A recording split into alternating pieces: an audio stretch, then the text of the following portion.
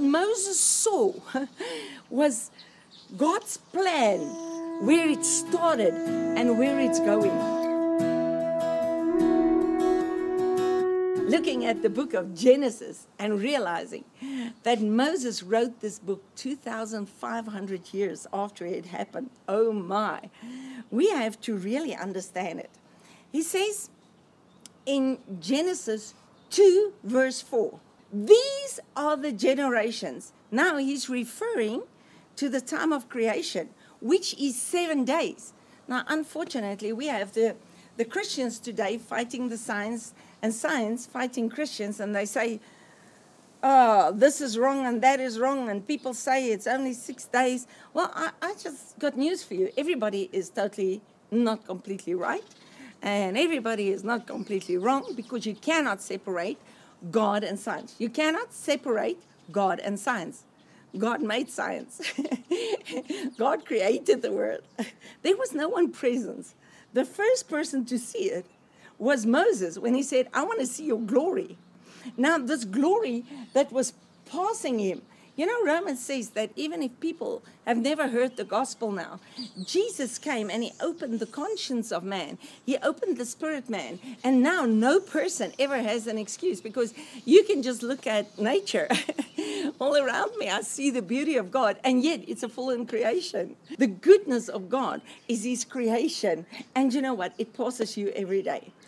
Genesis 2 verse 4, it says, these are the generations in the day that God created the heavens and the earth. Now, there's so much revelation in there. God made the heaven and the earth, not the heavens, the heaven and the earth. And the earth was dark and void, and the Spirit of God hovered over the water. And he said, let there be light. It was the first day. Wow. Then it was morning, evening, the second day. And you know what God did? He divided the waters from the waters, and he created a firmament, and he calls that heaven. That we call sky. And then it was day 2, day 3, morning, evening, it was good. Morning, evening, it was good. And on day 4, he created the sun, the moon, and the stars. But I really need to get your attention. And God said, let there be lights on the firmament of heaven. So he already created a firmament, and he called it heaven. Now, there's another like space he's creating, or let's say firmament. And there, what he's creating there, he says, let there be lights on the firmament of heaven to divide day from night. Please, this is the 4th day. He's only creating days and nights. What is happening here? Now, I can just tell you that from the beginning, what Moses saw was God's plan, where it started and where it's going. So day 1, day 2, day 3, day 4, day 5, day 6, day 7, when God rested. This is God's timeline. It's not our timeline. But on day 4, our time starts. Oh, this is just so amazing. He says, let it be for days and seasons and years, and let them be for lights on the firmament of heaven to give light upon the earth. In 2 Peter, he also says, 1 day is with God as 1,000 years. 1,000 years is as 1 day. Now, if you look at when Jesus came, and you start the genealogy in Matthew 1, he says, Jesus was the son of David, the son of Abraham, the son of God. Now, let's look at all this. Day 1 was light. Day 2, day 3, day 4. He created the sun and the moon and the stars. So in the 1,000 years of human creation, on day 4, we pick it up in John. John says, in the beginning was the Word. And he connects. Man, he immediately hooks John up with Genesis. In the beginning was the Word, and the Word was God, and the Word was with God. In him was life, and the life was the light of man. Wow.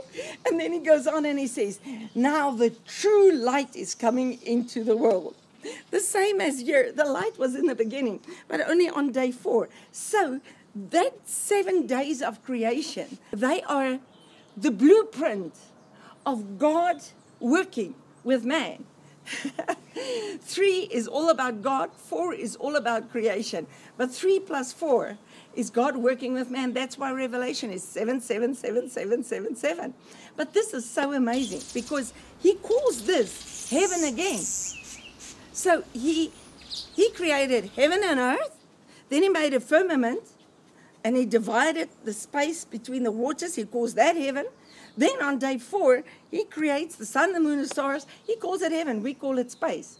Paul says, I was caught up in the 3rd heaven. Was he called up in space? No. Was he called up in the sky? No.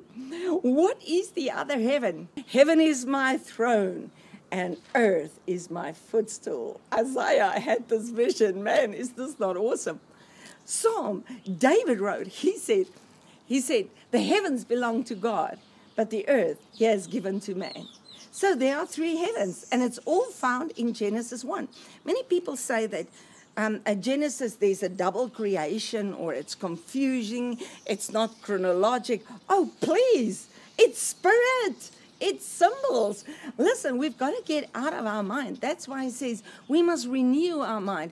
We must let the word come in and separate our spirit and our souls, and not let our souls dictate how we're going to understand God.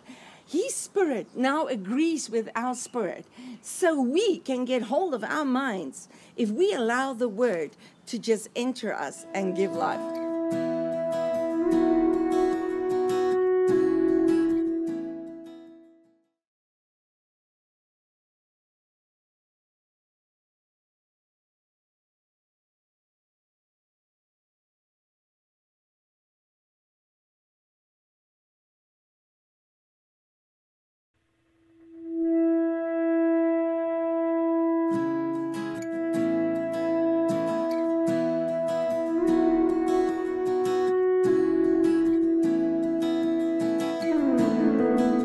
The goodness of God passed Moses, and he saw how the whole of creation happened.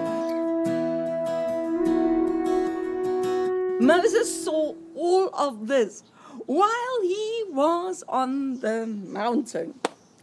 And coming down from the mountain, can you imagine God speaking to a man in the fallen state? And he spoke to Moses, but something happened to Moses. Moses had a transformation. Moses was transformed to a point where it was so glorious that the skin of his face, his hair, everything was shining so much that the people were scared.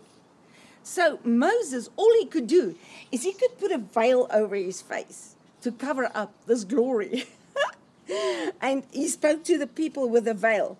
So they never saw the glory. They never saw what is fading. They couldn't. What Moses saw was the rear point, the beginning. Moses wrote 2,500 years to the past. He started writing about the creation. And when he saw that, he was shining.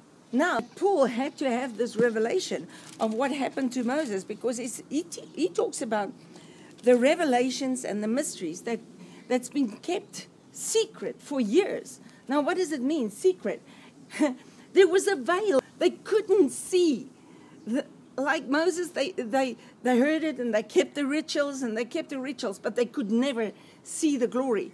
But Jesus, when he died on the cross, the veil was rent. And the Bible says that was his body.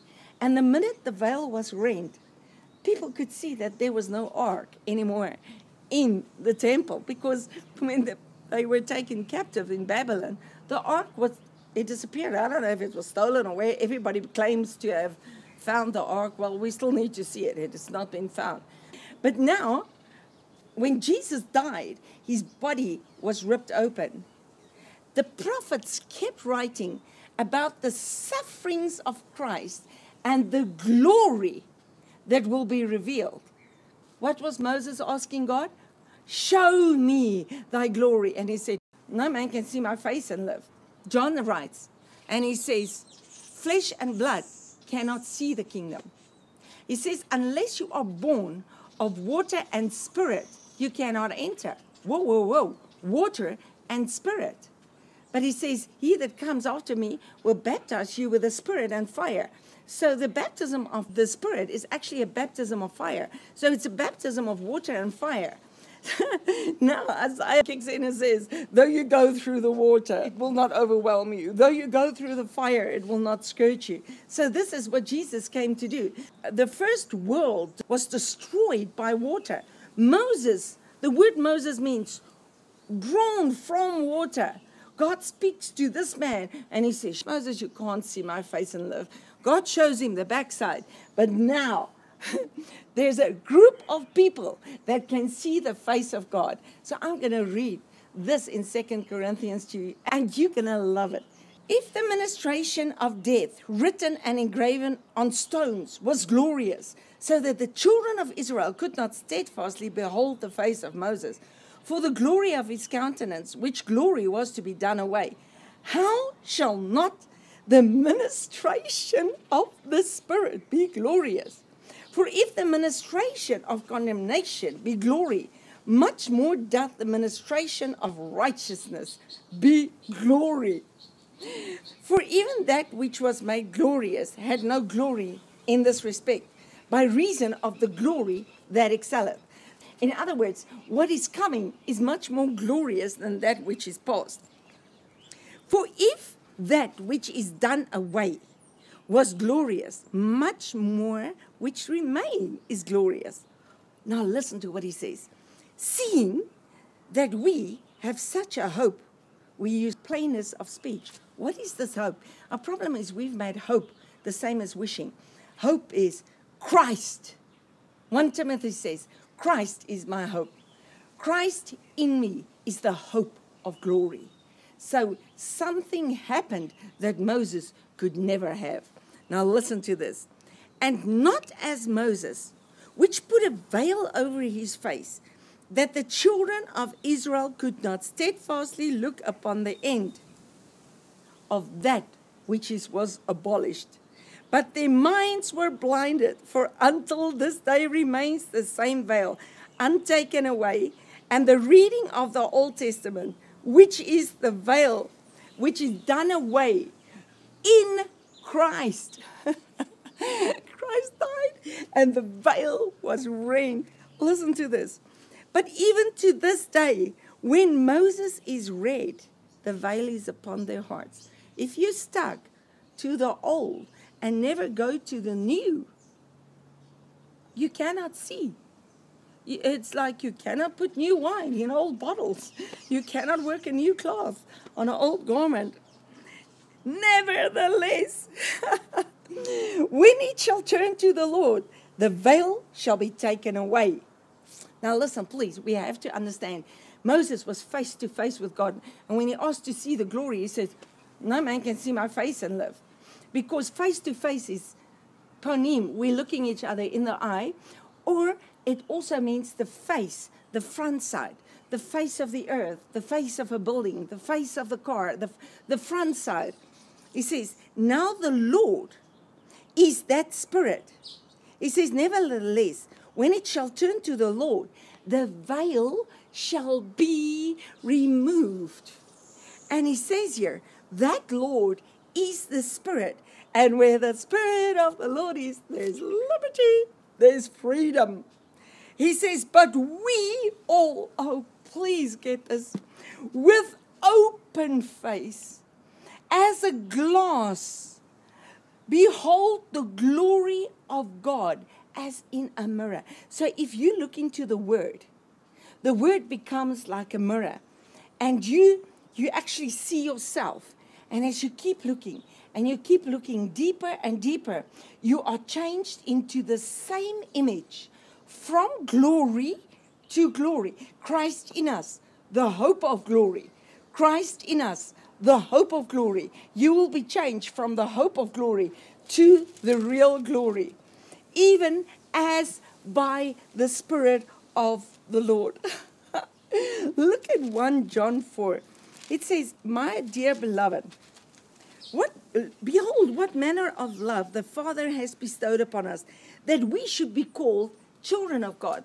It's translated here sons of God, but if you go back, it should be children. Because you are first a child and you grow up to the son. The creation is waiting for the manifestation of the sons. He says, therefore the world know us not, because they knew him not. Beloved, now we are the children of God. Here it says sons. And it doth not yet appear what we shall be. But we know that when he shall appear, we shall be like him. Listen to this. For we shall see him as he is. I have to do this also. 1 Corinthians 13. We all know 1 Corinthians 13 is the chapter that really makes us feel bad, because every time you read it, you realize you're not perfect in love. But he says here something. He says, when I was a child, verse 11, I spake as a child, I understood as a child, and I thought as a child. But when I became a man, I put away childish things. For now, we see through a glass darkly. We've just read, the word is a mirror. But now we see through a glass darkly. But then, face to face. No man can see God's face. No man can interpret the word, but the Spirit. Isn't it a wonder that he says over and over, if you have an ear, you will hear, you must hear what the Spirit says. Now we know in part, but then I shall know even as I am known. And now abides faith, hope, and love. Because all other stuff that you build with will be burned down. Because he is not going to destroy us. He says the first world was destroyed with water. The present world waited to be devoured by fire. And we know 70 AD, the world of Moses, the old system, burned down with the temple and Jerusalem and everything, which is all foreshadows of what is to come. But Jesus said, if we turn to the Spirit, not the water, not the fire, will overcome us. We're safe in him. Spirit life.